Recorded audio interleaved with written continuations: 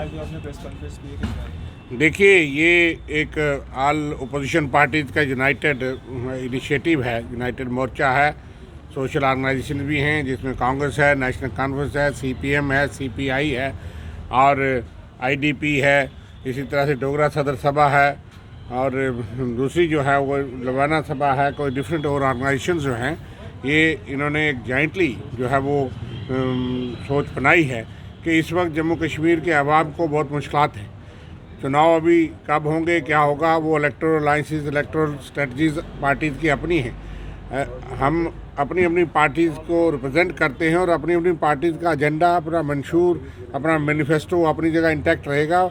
उसको डाइल्यूट किए बगैर, अपने अपने स्टैंड को डाइल्यूट किए बगैर हमारे कॉमन अप्रोच जो है मुद्दे हैं जिस पे किसी को कोई विवाद नहीं, उस पर कोई जम्मू कश्मीर का आदमी जो है वो डिस्प्यूट नहीं करता कि जम्मू कश्मीर को फौरी स्टेटहुड जो है वो बहाल नहीं होनी चाहिए। जो हमसे डोगरा रियासत को जो है डाउनग्रेड किया गया था उसको फौरी तरीके से बहाल किया जाए। कल प्रधानमंत्री आ रहे हैं, इसलिए हमने आज ये अपील भी की है, उनसे पूछा है कि अब क्या विलम्ब है, तो इसलिए विलम्ब नहीं होना चाहिए, स्टेट का दर्जा बहाल होना चाहिए। प्रधानमंत्री जी इसका ऐलान करें। दूसरी हमारी मांग है कि फ्री फेयर चुनाव के लिए हदबंदी जो है वो बुनियाद है। हदबंदी आयोग ने जो ड्राफ्ट रिपोर्ट दी है वो अनएक्सेप्टेबल है और उसको हम रिजेक्ट करते हैं सिरे से, क्योंकि उसमें बहुत बड़ी खामियां हैं।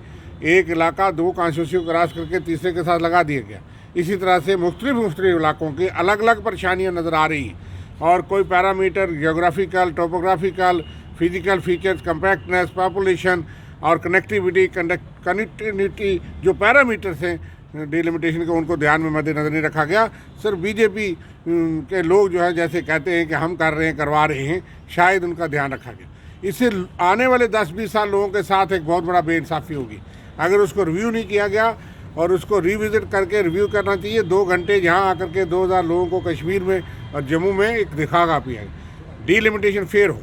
तीसरा है कि असेंबली इलेक्शन फौरी तौर पे करवाए जाएं स्टेटहुड के अंदर, और इलेक्शन से पहले स्टेटहुड बहाल हो। हम तो कहते हैं कल ही ऐलान हो, और जिससे गवर्नेंस के इशू हैं जैसे रोज़ आप देखते हो unemployed, daily wages, candidates, NRHM को, आशा वर्कर को, आंगनबाड़ी वर्कर, ये तमाम वो लोग जो सेमी एम्प्लॉयड हैं, अनएम्प्लॉयड हैं, उनके लिए पैकेज प्राइम मिनिस्टर अनाउंस करें। उन लोगों को पक्का करें जो लोग कच्चे लगे हैं 20-20 सालों से, 10-10 सालों से, कई सालों से, किसी भी कैटेगरी, किसी भी नाम से, और जो 25% अनएम्प्लॉयमेंट हो गई है देश में दूसरे नंबर पे जम्मू कश्मीर, और इतिहास में इतनी बड़ी अनएम्प्लॉयमेंट है जम्मू कश्मीर में, उसके लिए एम्प्लॉयमेंट पैकेज दें।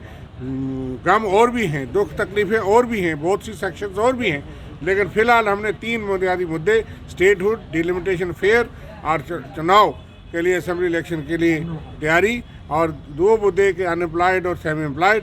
और सबसे बड़ी बात यह है कि अनेकता में एकता हमारा नारा है कि जो फोर्सेस यहाँ पे आतंकवाद, अलगाववाद और फ़िरका परस्ती, इसके ख़िलाफ़ हम एकजुट होकर लड़ेंगे।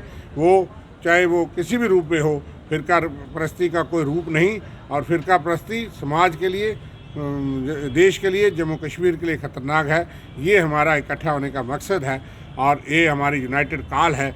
आज से प्रधानमंत्री जी का पहुंचाने की आपके माध्यम से हम आवाज़ पहुंचा रहे हैं जम्मू कश्मीर के लोग।